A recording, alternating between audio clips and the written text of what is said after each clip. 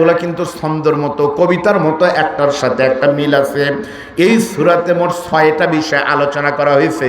আপনারা আমার দিকে তাকিয়ে বলেন তো, 3টা আয়াতে কারিমা পড়ে এখান থেকেই কথা বলার চেষ্টা করব। তবে বিশ্বাস করেন, আমরা প্রত্যেকদিন মাহফিল করি, আজকের এই স্টেজ, আজকের এই প্যান্ডেল কিন্তু অন্য দিনের মতো না। আজকে স্টেজে যারা অতিথি হিসেবে বসে রয়েছেন, এ কথা তাদের খুশি করার জন্য আমি বলতেছি না। আমি আব্দুল বারী রশিদী সারা জীবনেও তাদের ছাত্র হওয়ার যোগ্যতা আমার হবে কিনা আমি যথেষ্ট সন্দেহের ভিতরে আছি। এ সকল বর্ষিয়ান আলেমে দ্বীন, প্রজ্ঞাবান মুফাসসিরদের সামনে কিছু কথা বলবো, আল্লাহ যেন কবুল করেন। আমাকে একটু লাইনে উঠায় দেন, জবান খুলে একটু বলেন, আউযু বিল্লাহি মিনাশ শাইতানির রাজীম, বিসমিল্লাহির রাহমানির রাহিম। আলাম নাজআলিল আরদা মিহাদা ওয়াল জিবালা আওতাদা وخلقناكم أزواجا وجعلنا نومكم سباتا صدق الله العظيم। আমি আপনাদের সামনে পবিত্র নাবা থেকে মাত্র 3 থেকে 4টি আয়াত তেলাওয়াত করেছি। ভাইরা খেয়াল করেন, তাফসীর আকারে শুনতে হলে আপনাদের মনোযোগ দেওয়া দরকার। আমরা যে সূরা পড়লাম, সূরার নাম হলো নাবা। বলেন নাম কি? আরবিতে এই নাবা অর্থ হলো সংবাদ। সংবাদ কিন্তু আবার 2 রকম। একটা আরবিতে খবর মানে হলো সংবাদ, খবর মানে সংবাদ না। একজন আরেকজনকে বলতেছে, বামুনিয়া দেখা হয়েছে, এবারে তোমার একটা খবর আছে। কি খবর? তার মানে আরবিতে খবর মানে হলো সংবাদ। আর নাবা সংবাদ অর্থ হলো একটু বড় সংবাদ। আর এই নাবার সঙ্গে যখন আলিফ লাম যুক্ত হয় তখন অর্থ হয় আন-নাবা, মহা সংবাদ। একটা হলো খবর, যে কোনো সংবাদ। একটা হলো নাবা, মোটামুটি সংবাদ। আর একটা হলো আন-নাবা, বিরাট খবর। আল্লাহ এখানে আলিফ লাম দিয়ে বলতেছে, তোমাদেরকে আমি যে খবরটা দিব এই খবরটা হলো বিরাট সংবাদ। জোরে বলেন আল্লাহু আকবার। আল্লাহ নিজে একটা বিরাট খবর দিচ্ছে। ও মুসলমান শোনেন, সেই খবরটা কি? এই খবরটা হলো এই সূরাতে আল্লাহ তাআলা পবিত্র কোরআনুল কারীমে কিয়ামতের কথা বলেছেন। আল্লাহর দৃষ্টিতে কিয়ামতের থেকে ভয়াবহ কোনো খবর কিন্তু আর নাই। জোরে বলেন কথা ঠিক না বেঠিক? একটা হাদিস শোনেন, হযরত আবু হুরায়রা থেকে বর্ণিত, আল্লাহর নবীর প্রিয় সাহাবী, শ্বশুর আবার সাহাবী। আল্লাহর নবীর জান্নাতি 10 জন সাহাবীর ভিতরে প্রথম সাহাবীর নাম হলো আবু বকর, ঠিক না?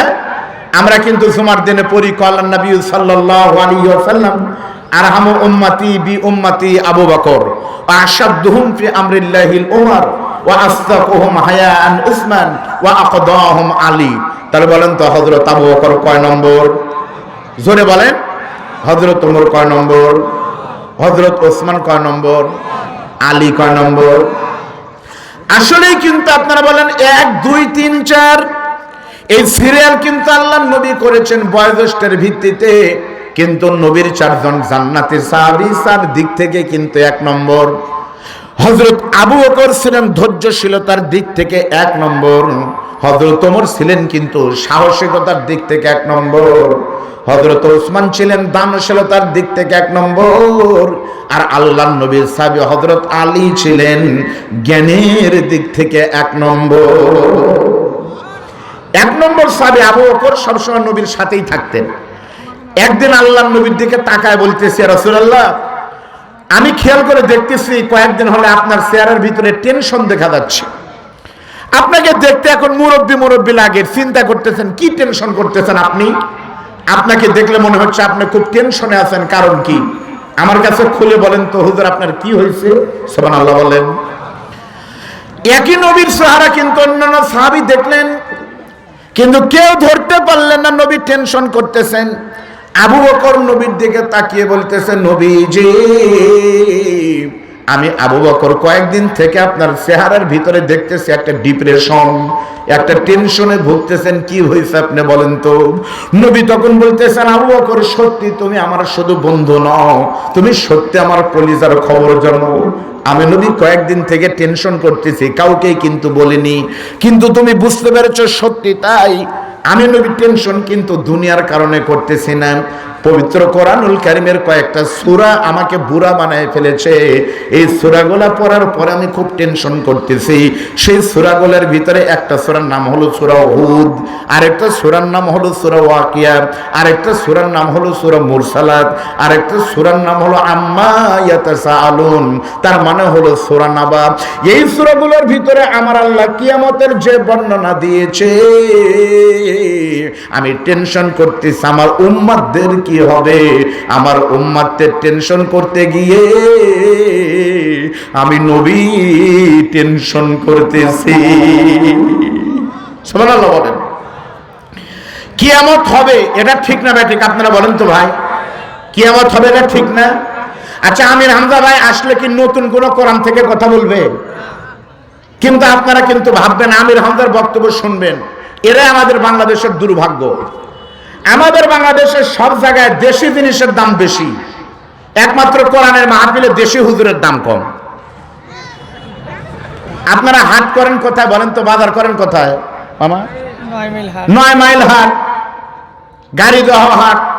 সত্য কথা বলবেন, বর্ষার দিনে 9 মাইল অথবা মাঝিরাতে যারা মাছ কিনেন, দুটোই কই, একটা পাতারের কই আর একটা হলো চাষের কই। সত্য কথাটা বলেন তো, দাম বেশি কার? পাতারের। দুটোই মুরগির ডিম, একটা বড় পোলট্রির ডিম আর একটা ছোট দেশির ডিম। বলেন তো দাম বেশি কার? সব জায়গায় দেশির কদর বেশি, একমাত্র মাহফিলে আসলে দেশি বক্তার দাম কম। কে বক্তা? আব্দুল বারী রশিদ, বদর রশিদের জামাই। হ্যাঁ, বগুড়া। উই আবার কি কবি। আর যা বলার আমির হামজা বলবে। আমির হামজা কি ওহী নতুন করে নিয়ে আসবে? আমির হামজা এসে যা বলবে তা আমি জানি, আপনারা জানেন। ঘন্টাখানে কজ করবে, সেরকম কিছু কিন্তু বলতে পারবে না, কারণ লোড এমন হয়ে গেছে। আগে ছিল প্রশাসনিক চাপ, আর এখন মাহফিলের কারণে বিশাল চাপের ভিতরে আছে।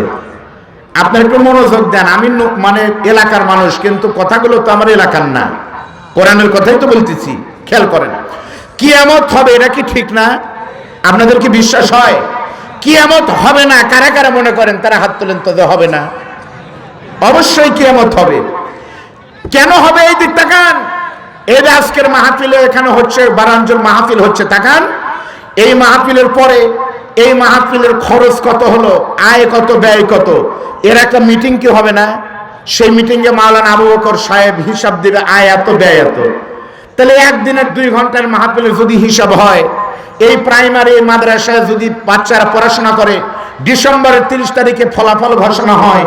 আরে পাগল, আল্লাহ দুনিয়াতে তোমাকে সারা জীবন দিলেন, তুমি কি কি করছো তার একটা ফাইনাল পরীক্ষার হিসাব হবে না?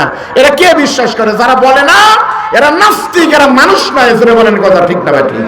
কিয়ামত কিন্তু হবে। 3টা জিনিসের প্রতি আমাদের বিশ্বাস রাখতে হবে।